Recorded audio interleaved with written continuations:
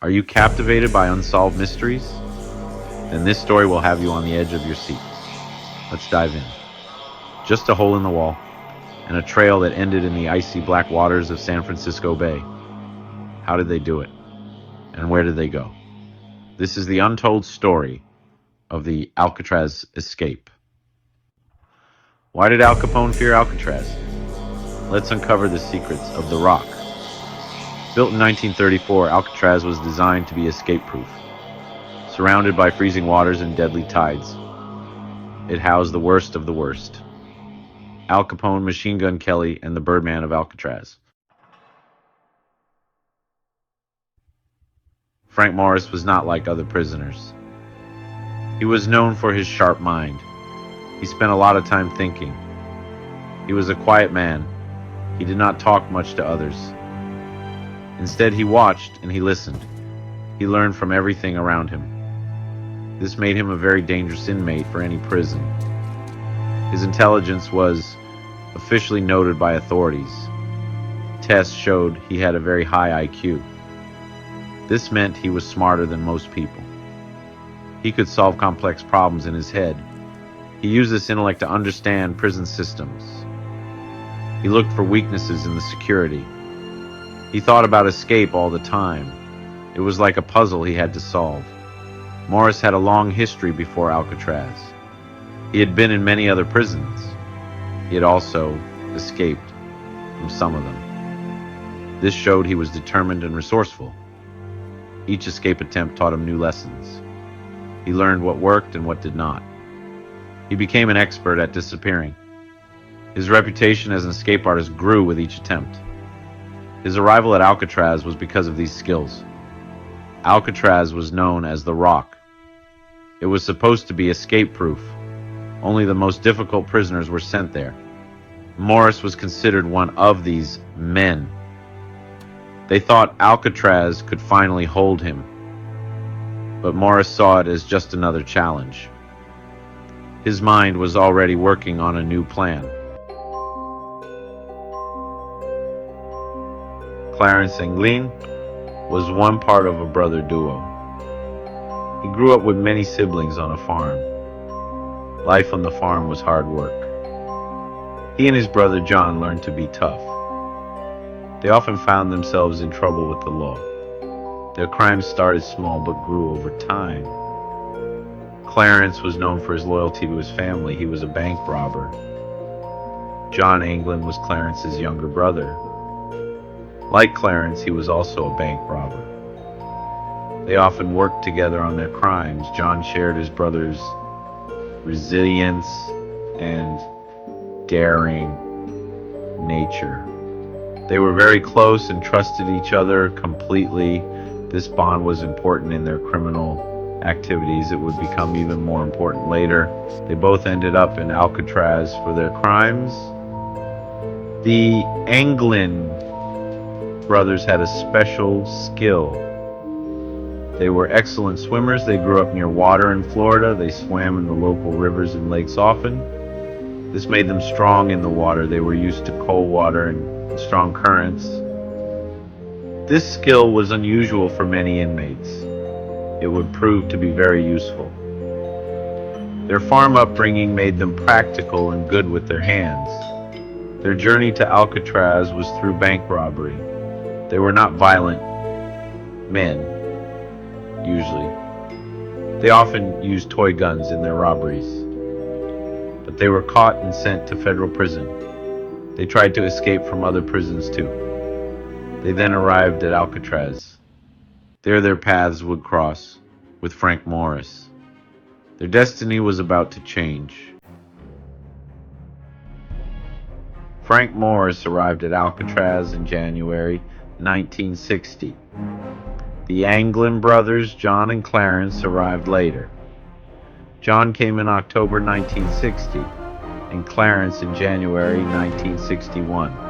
They were housed in B Block. This was the main cell house. Morris was in cell 138. John Anglin was in cell 150. Clarence Anglin was in cell 152. They were not far from each other.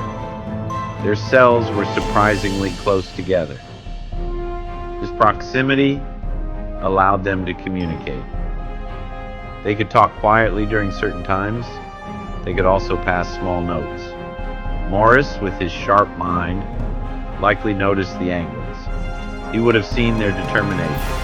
He needed reliable partners for his plan. The Anglin brothers needed a leader with a good plan. Another inmate, Alan West, was also part of the early planning group.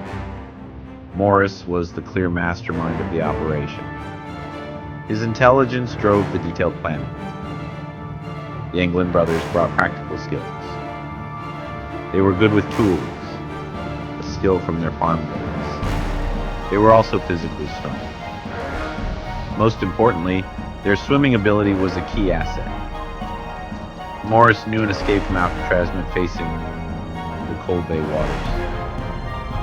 The Anglins were not afraid of this. Together, they formed an effective and secret team. Morris devised the methods. The Anglins helped make the tools and dummy heads. They worked for months in secret. They expanded the ventilation ducts in their cells. They did this slowly and carefully. They used stolen and improvised tools. Their trust in each other was essential. Any mistake could expose them all.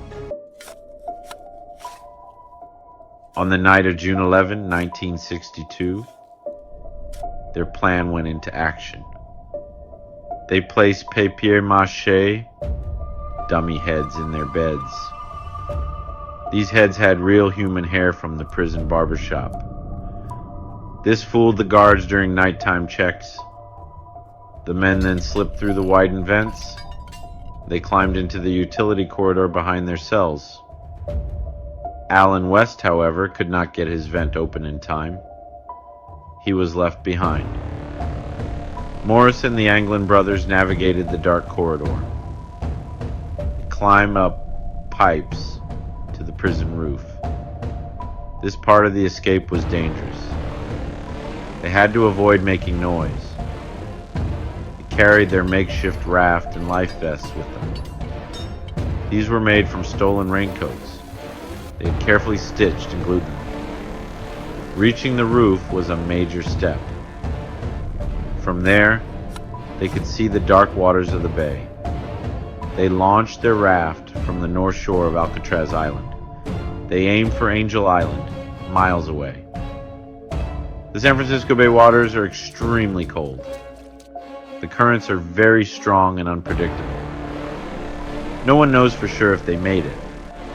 Some personal items were found floating in the bay, but their bodies were never recovered by officials. This fueled the mystery of their fate. The escape of Frank Morris and the Anglin brothers is legendary. It showed that even Alcatraz was not truly escape-proof. Their teamwork was the key to their success. Morris's brain, the Anglin's skills, and their shared determination made it possible. Did they survive the treacherous waters, or did the bay claim them? The world may never know for sure. Their daring attempt remains one of history's greatest unsolved mysteries. Ever thought a spoon could set you free?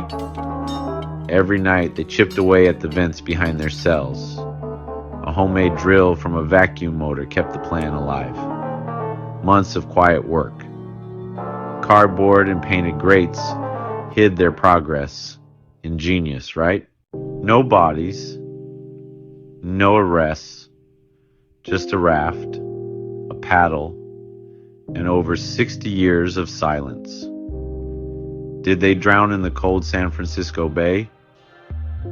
Or vanish into history, never to be seen again? The mystery lives on. If you love real stories with unsolved twists, subscribe to Chronicles of Curiosity.